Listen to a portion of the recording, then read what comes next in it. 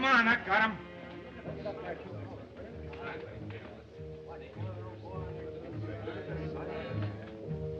What do you call this thing? Why, something from the dinosaur family. Dinosaur, eh? Yes, Jack. A prehistoric beast. These would be the very words that would go on to inspire the title of what many would consider to be one of the greatest dinosaur short films ever made.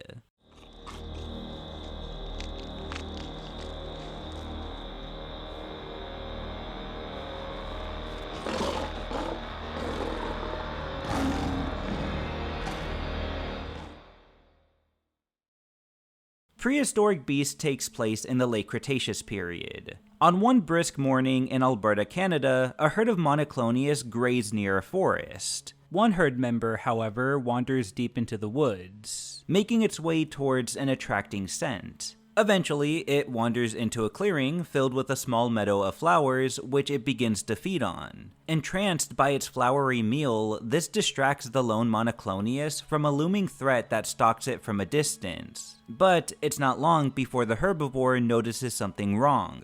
But curiosity gets the better of it, and it continues to wander deeper and deeper into the woods, seemingly dismissing any possible signs of danger. This all changes when it runs into the corpse of another dinosaur, a victim to the king of the dinosaurs itself. Distracted by the carcass, the monoclonius doesn't realize the killer is still nearby, not before it's too late. Suddenly, the killer reveals itself, a deadly Tyrannosaurus Rex that emerges from the forest and attacks the now startled monoclonius, trapping the herbivorous dinosaur within the clutches of its jaws and teeth.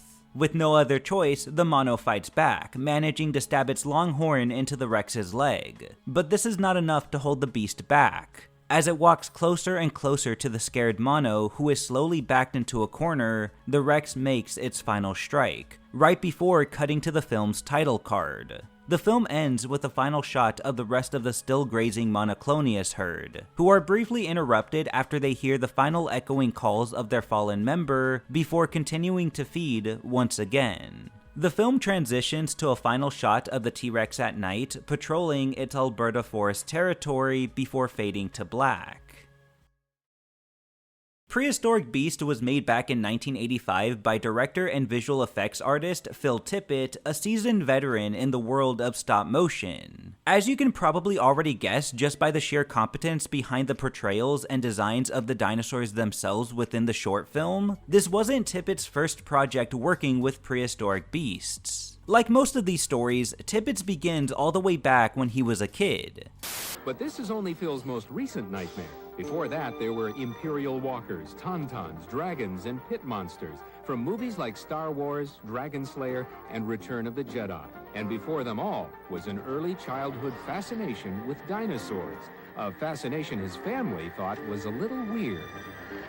According to a 2019 documentary about the history of Tippett's works called Phil Tippett, Mad Dreams and Monsters, a 1955 airing of 1933's King Kong would spark an interest in his brain, an interest in monsters and a primordial world before man, which was only fueled by other works like Rudolf Zallinger's Age of Reptiles mural that featured in Life magazine, and Ray Harryhausen's The Seventh Voyage of Sinbad from 1958. All of these works combined inspired a young Tippett to pursue stop motion and make his own films with monsters and prehistoric creatures. This started out with early home videos that he made to test out his own attempts at stop motion, with some of these films featuring different kinds of creatures, some of which may be, at the very least, pseudo-dinosaurs of some kind. However, at the age of around 15, Tippett's first true dinosaur project came in the form of an indie home film that was being made by a friend of his, William R. Stromberg, which was a film adaptation of Ray Bradbury's short story, A Sound of Thunder. Eventually, as Tippett proved himself to be an exceptional stop-motion animator, he would land opportunities to work in the media industry, first working on commercials and whatnot. But he would land it big when he had the opportunity to work on the sci-fi epic 1977 Star Wars. However, simultaneously, he was working on effects for another prehistoric monster flick with his friend Stromberg once again. This movie was 1977's The Crater Lake Monster. Shortly after, Tippett began designing true dinosaur sculptures for an upcoming film called Timegate, which, similar to the plot of A Sound of Thunder, was going to be centered around a time-traveling company called Chronex that provides safaris to the prehistoric past, where people are able to witness dinosaurs and other long-extinct animals with their very own eyes. As you'd expect, things go wrong, and it's now a fight for survival for our characters, as they battle against the elements, including the dinosaurs themselves, all while they attempt to get back home to their own time. At least, that's what the plot would have been had the film been made, but it ended up being cancelled. As unfortunate as this was, Tippett had plenty of work to keep him busy during this point in time. Star Wars not only kept his hands full for the most part, as many sequences of the film utilized stop-motion special effects, but it was a massive hit and spawned 2 more sequels which continued to use these techniques. And considering Tippett was a master of his craft by this point, it was imperative that he was a part of the film's development process. From between 1977 and 1983, Tippett worked intensely for George Lucas's Industrial Light and Magic Company to help make the original Star Wars trilogy.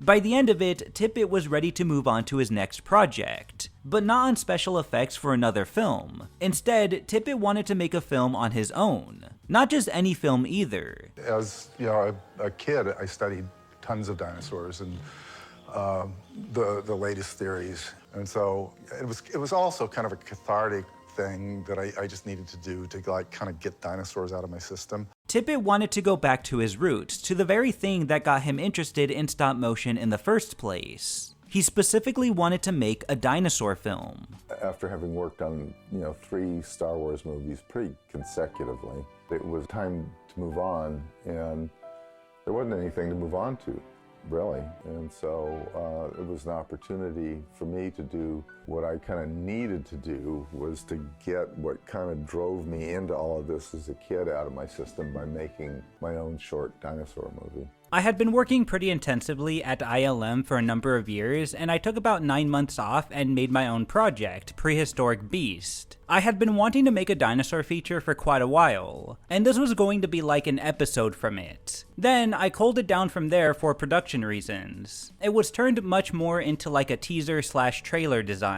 Shortly after the success of Return to the Jedi from 1983, Tippett was comfortable enough to take some time off for himself, where he would create his very own dinosaur short film in his garage throughout 1984. However, he wasn't alone. Randy Dutra helped me make the molds on some of the puppets. We stayed up all night making molds once. And some of the armatures Tom St. Amand helped me out on. Randy also helped me out on a couple of shots. It was his first foray into animation. Also, fun fact, some of the tree models that you see in the background of this short were leftover props from the speeder bike chase scene in Star Wars Return of the Jedi. Tippett had proven himself to be more than capable of creating dinosaur models from his previous works in science fiction movies. But for this film, he wanted to approach the dinosaurs in a different way. The film has no dialogue, it takes place in the time of the dinosaurs, it portrays them in a much more serious tone, and it even showcases them as scientifically accurate, at least accurate for the time. The T-Rex in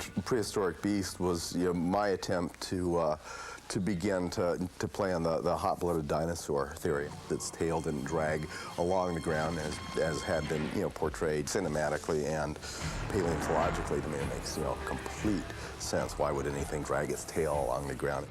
Tippett's idea was that he wanted to make a film that depicted dinosaurs realistically so that he could maybe sell it to educational avenues. His thought process was this was something that he would have wanted to see as a kid, so he figured maybe the next generation of kids would have wanted to see the same thing. But along with the dinosaurs, the film utilizes camera work in a way that wasn't very conventional for stop-motion projects. For this film, Tippett experimented with a lot of fast-paced zooms and camera movements during the battle scene between the T-Rex and the Monoclonius, making it feel much more action-oriented than your typical dinosaur documentary. Along with that, when it comes to stop-motion, fast-paced camera work is a challenging thing to accomplish. Most films that featured stop-motion dinosaurs prior to Prehistoric Beast, like Planet of Dinosaurs, The Valley of Guanji, Dinosaurus, and so on, stuck to single wide shots for full body scenes with the occasional zoom-in close-up shot when it came to the action sequences that featured them. But times were changing, and the world was moving faster. Prehistoric Beast was offering a different kind of dinosaur action experience. having the battle up close and in your face, but also to make the scene feel more realistic. However, the intensity of the action, along with the uneasy tones of the T-Rex stalking the Monoclonius, would actually throw a wrench in Tippett's plan to sell the film to educational platforms. It was paleontologically accurate, and it was a narrative, but any of the exhibitors I took to said it's too scary for kids. You know, if you got one kid that started crying, then that's over. In retrospect, Prehistoric Beast was ahead of its time. It was an experimental piece that featured all sorts of unconventional methods. I guess Tippett just assumed that maybe there would be a market for a semi-educational, action-based series of dinosaur shorts that featured no dialogue or narration. My idea was to educate through entertainment, but nobody quite bought that. At the same time, the whole industry was undergoing a huge change as well, from film to tape, and Prehistoric Beast never found any kind of market. That being said, the project didn't go to waste, and actually ended up having a very positive long-term effect on Tippett and his associates. Tippett would be contacted by a production company called Phillips Mark that was based in New York. They wanted to make a documentary on prehistoric life and wanted him to help them bring their dinosaurs to life. The night I met Phil Tippett, he showed me what he'd been working on for a year, which was, in terms of concept, so far ahead of anything that I had seen before. Doug Henderson, one of the world's foremost paleontological illustrators, was soon collaborating with Tippett on his next project, a television documentary entitled Dinosaur. I did small little sketches, and I would call them compositional drawings. They showed animals and scenes, poses, and he brought it to life. This documentary would be Dinosaur from 1985, which not only reused scenes of Tippett's Prehistoric Beast, but also original scenes with new stop-motion dinosaur models of raptors, sauropods, hadrosaurs, and so on, all of which Tippett and his team made for the program. It was actually this very project that would cause Tippett and his team to buy a warehouse with the money that he made working on Jedi, where they would work on the stop-motion sequences independently and ultimately started their own business, Tippett Studios. Along with 1985's Dinosaur, the short made other appearances like in the interactive CD-ROM Microsoft Dinosaurs from 1993, which was an educational game that contained several illustrations, videos, and audio files containing facts and information about dinosaurs. Along with that, the core concept of Prehistoric Beast, a story set in the time of the dinosaurs and focuses on them in a serious tone with no dialogue, was no doubt a source of inspiration towards Tippett's ideas for the original plans for Disney's Dinosaur, which started as early as the late 80s between Tippett himself, producer John Davison, and director Paul Verhoeven. The idea was going to be centered around dinosaurs as they were millions of years ago, and depicted as realistically as possible with no dialogue or narrations, but using other elements like music and sound effects to help set up tones for different scenes. They pitched the idea to Disney, who seemed interested in it, but had some concerns with several aspects of the film, including the budget and the tone. Apparently, they were even looking to make the dinosaurs more in line with their Disney style, completely decimating the original idea Tippett and his associates had. Then, as the early 90s approached, Jurassic Park was announced, and Tippett was invited to work on that film at the same time he was holding out hope that Disney would accept his realistic xenofiction dinosaur movie. Ultimately, Tippett would depart from the project and go work on stop motion for Jurassic Park. That was until Jurassic Park decided to go with CGI after Spielberg was shown it was possible to make their dinosaurs with it. However, they decided to keep Tippett and his team around, as they needed their expertise in stop motion to help them manage motion capture models of the dinosaurs that would essentially digitally input their movements to the computer. The idea was similar enough to stop motion, in that they would move these models one frame at a time to achieve fluid motion when put together. That, and Tippett knew his dinosaurs, so he was kept on to help out with dinosaur anatomy. That's why he's credited as Dinosaur Supervisor, which has been heavily memed on. Fun fact, Tippett himself has come out to say that he's seen the meme, and not only does he say he doesn't get it, but he called it stupid as well. I just thought that was kind of funny. Okay, I've completely derailed this video going through Tippett's history of his works in dinosaur films since Prehistoric Beast, but it just goes to show just how much his dinosaur short film had contributed to his career from the 80s on. It helped kickstart his own business. He technically accomplished his plans to have the short displayed in educational platforms, since it appeared in a dinosaur documentary and an educational game. Not to mention some of the other documentaries that included it that I didn't mention, like National Geographic's Really Wild Animals when they did a special on dinosaurs. He was kept on board with Jurassic Park because works like Prehistoric Beast and 1985's Dinosaur really showcased just how much he knew about animals and dinosaur anatomy, even to the point where years later he was invited back as a dinosaur consultant for 2015's Jurassic World. For Tippett himself, it was rewarding to just be able to finish a project like this from beginning to end, a feat that he'd never done independently before. It was a good project for me in that I had never before taken a film all the way to completion, so it was an exercise in getting something finished. Despite its contributions though, the full 10-minute short was pretty limited for viewers to watch for the longest time.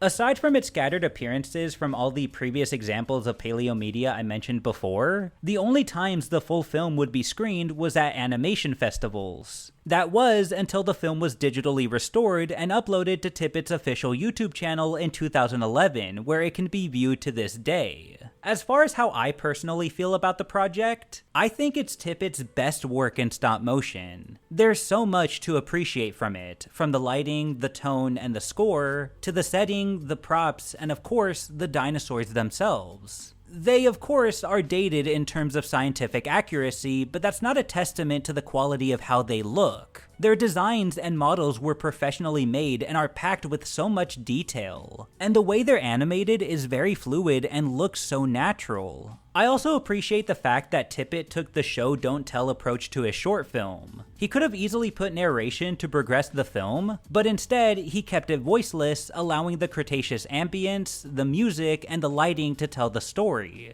When things are peaceful, the music is calming and the world is bright and colorful. But when things slowly get more tense, the music shifts to something more ominous and the lighting fades away to darken the world. Tippett succeeds in taking this world and the dinosaurs seriously, a hill that not everyone is able to climb over when it comes to making dinosaur films. And for that, in my eyes at least, Prehistoric Beast is perfect. Thank you all so much for watching, and please, have a nice day.